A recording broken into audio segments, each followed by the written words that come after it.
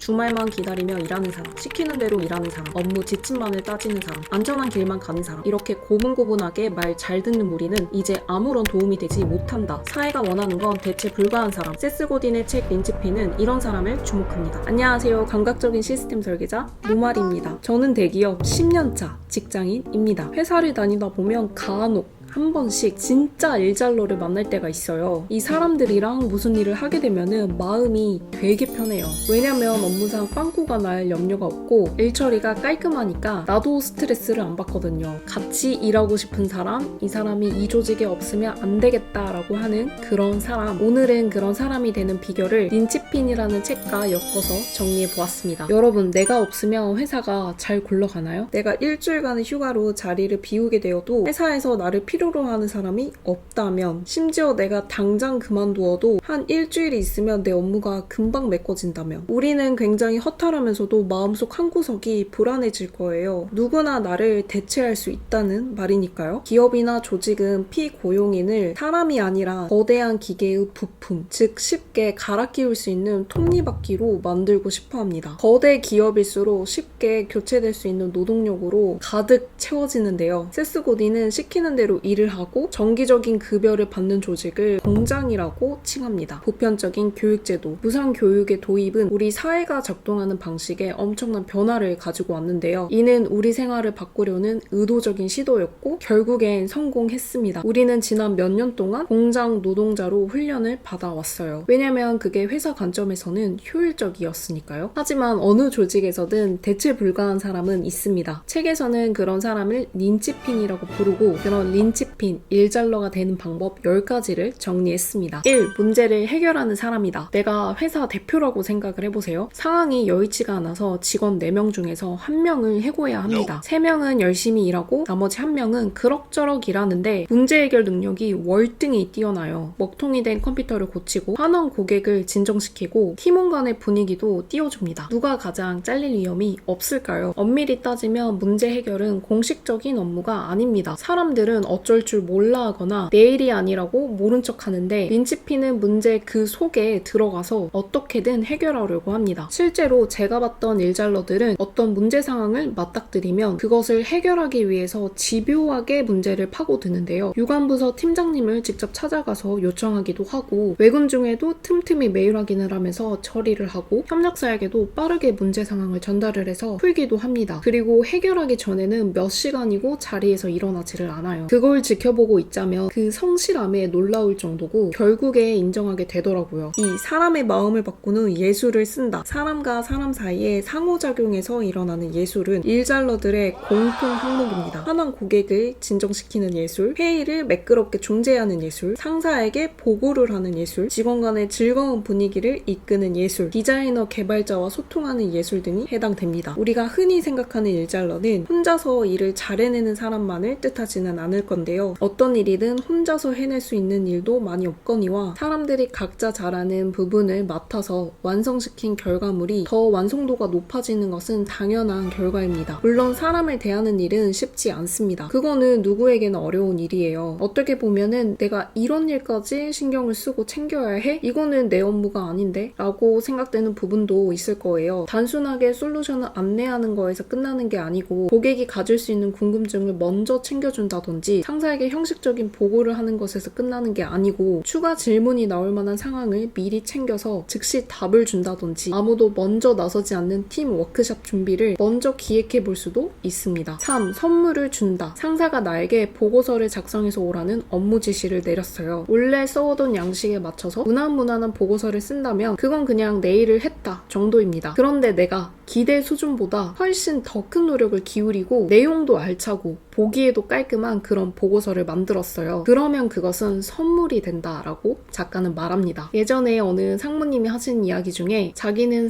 정상에 올라가서 보고서를 읽는다라고 하신 게 기억이 났어요. 잘 쓴 보고서를 보면은 그렇게 기분이 좋다라고 하시더라고요. 선물처럼 생각하셨겠죠? 네, 상무님은 진지하게 말씀하셨습니다. 선물이라는 건 받는 사람뿐만 아니고 주는 사람에게도 기쁨인데, 근데 내가 하는 일이 선물을 준다라는 관점에서 보면은 참신한 것 같더라고요. 4. 일을 제 시간에 마무리한다. 무언가를 시작하는 목적은 오로지 끝내기 위한 것입니다. 완전히 끝낼 수 있는 일이란 없지만 우리는 반드시 끝내야 합니다. 블로그에 글을 쓰고 올리기 버튼을 누르는 것, 영업팀의 프레젠테이션을 하는 것, 전화를 받는 것, 상사에게 보고서를 제출하는 것, 이 모든 것이 일을 마무리하는 행동입니다. 정시에 일을 마무리해서 밖으로 내보내는 건 결코 쉽지 않지만 일잘러들은 기본적으로 시간 엄수를 철칙으로 합니다. 내가 완벽주의라서 완성되지 않은 일을 밖으로 내보내는 건 어렵다라고 하시는 분도 있을 건데요. 100% 완성도는 존재 자체가 어렵습니다. 불량률을 아무리 낮추어도 제로로 맞춰지지 않거든요. 이제까지 봤던 품질 지표들이 다 그랬었어요. 그래서 완성도보다는 기간 엄수에 초점을 맞춰보는 것을 추천드립니다. 5. 일정 관리를 잘한다. 계획을 제대로 짜지 않고 마구잡이로 일을 진행하다 보면 결국 마감 시간에 쫓겨서 허겁지겁 일을 끝내게 됩니다. 결과물의 완성도도 떨어질 뿐더러 그러다가 마감 기한도 못 지키는 일도 생길 수가 있어요. 이 업무에 짬이 차게 되면은 보통 이 정도 시간을 쓰면은 끝내겠다라는 그런 감이 있거든요. 이거는 뭐 2시간짜리 일, 이거는 3일 야근하면은 끝내는 일, 이렇게 예상을 할 수가 있어요. 그런데 이런 경험을 통해서 생긴 감도 중간에 치고 들어오는 이슈들로 인해서 늦어지기 일쑤입니다. 마감 기한 그리고 그에 따라오는 압박감은 물론 꼭 필요하죠. 하지만 언제부터 책찍질을 해야 하는가에 대한 질문에 마감 끝부분이라고 생각하진 않을 거예요. 어차피 해야 하는 일이라면 계획하에 조금 더 빨리 시작을 하고 몇 번 검토할 시간도 마련하는 게 일잘러들의 일처리 방식입니다. 6.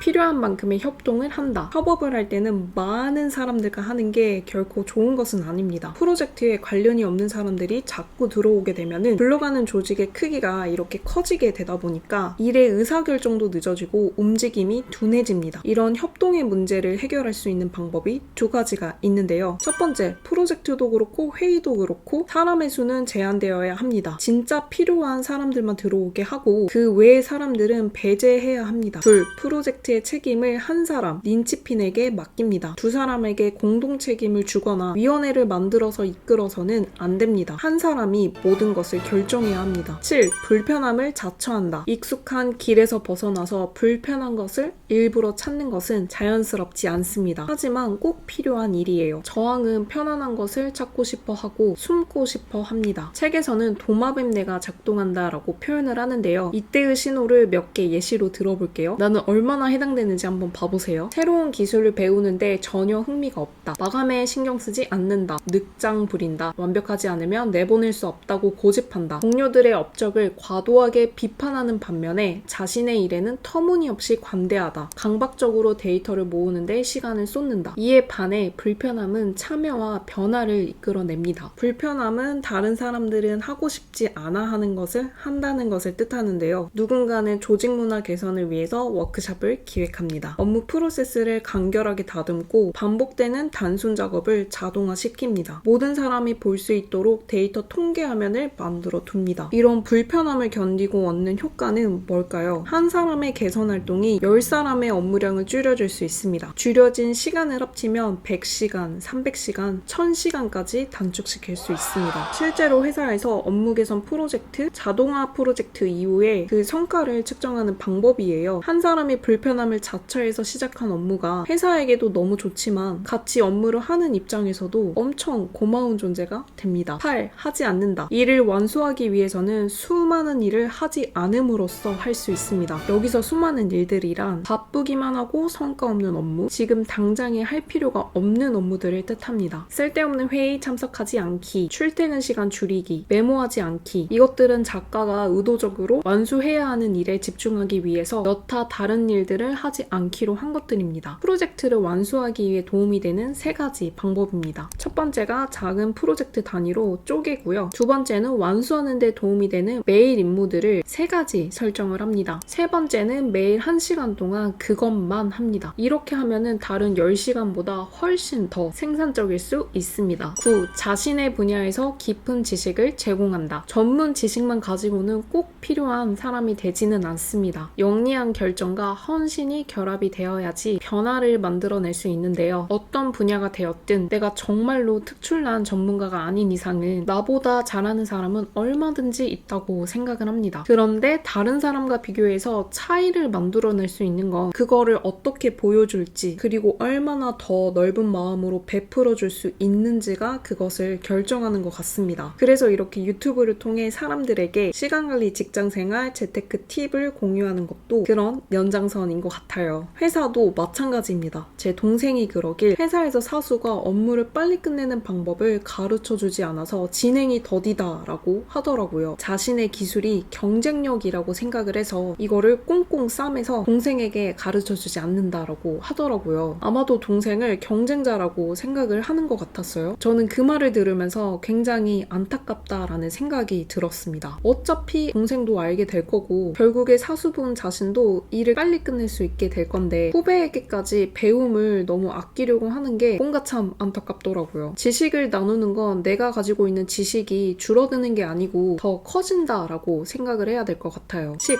사랑에 빠질 수 있는 일을 한다. 자신이 사랑하는 일을 할 때 더 많은 노력과 관심과 시간을 쏟을 수 있습니다. 이는 곧 더 성공하기 쉽고 보상을 받기 쉬우며 이익을 얻기 쉽다는 뜻이기도 하죠. 이게 꿈 같은 이야기라고 들릴 수는 있는데 실제로 제 주변의 일잘러들은 자기가 좋아하는 것과 잘하는 것을 일로 삼는 경우가 많더라고요. 나는 그냥 평범한 직장에서 평범한 일을 하고 있어서라고 체념할 필요가 없습니다. 나는 정리하고 체계화시키는 걸 좋아해 라고 생각하는 일잘러들은 그 평범한 직장 안에서도 그런 업무를 하면서 즐거움을 느낍니다. 엑셀로 깔끔하게 표를 만들고 수식을 만들어서 자동으로 착착 계산되는 것에 즐거움을 느끼기도 했고 몇 시간 동안 코드에 오류를 찾다가 해결을 하면 거기에서 희열을 느끼기도 합니다. 사람마다 즐거움을 느끼는 부분들이 다 다르긴 한데 저는 새로운 일이 주어지거나 창의성이 발현될 수 있는 잡이 주어지면은 그게 참 재밌더라고요. 그래서 안 해본 일을 맡게 되거나 처음에 보고서 틀을 만들고 보조를 짤 때 그럴 때 즐거움을 느끼는 편입니다. 어쨌든 확실한 건 일할 때 좋다라는 느낌을 연결을 시키게 되면은 성장은 폭발적으로 할 수 있습니다. 오늘은 여기까지 제가 10년 동안 직장생활 하면서 보았던 회사 내 일잘러 린치핀의 특징을 10가지를 정리를 해봤습니다. 그리고 제가 깜짝 이벤트를 가지고 왔는데요. 린치핀을 읽는 독서 챌린지에 참여하고 싶은 5분을 선정을 해서 무료로 책을 보내드리려고 합니다. 챌린지이기 때문에 꼭 참여를 하고 싶은 분만 신청을 해주세요. 자세한 건 더보기란을 참고를 해주세요. 세스 고딘의 린치핀은 어떤 조직이든 회사이든 대체불가한 인재로 인정받는 인사이트를 전해주는 책이라서 바로 이 책입니다. 그저 그렇게 일하는 것이 아니라 정말 조직에서 최고가 되고 싶은 사람이라면 읽어보시길 추천드립니다. 그럼 다음 영상에서 또 봐요.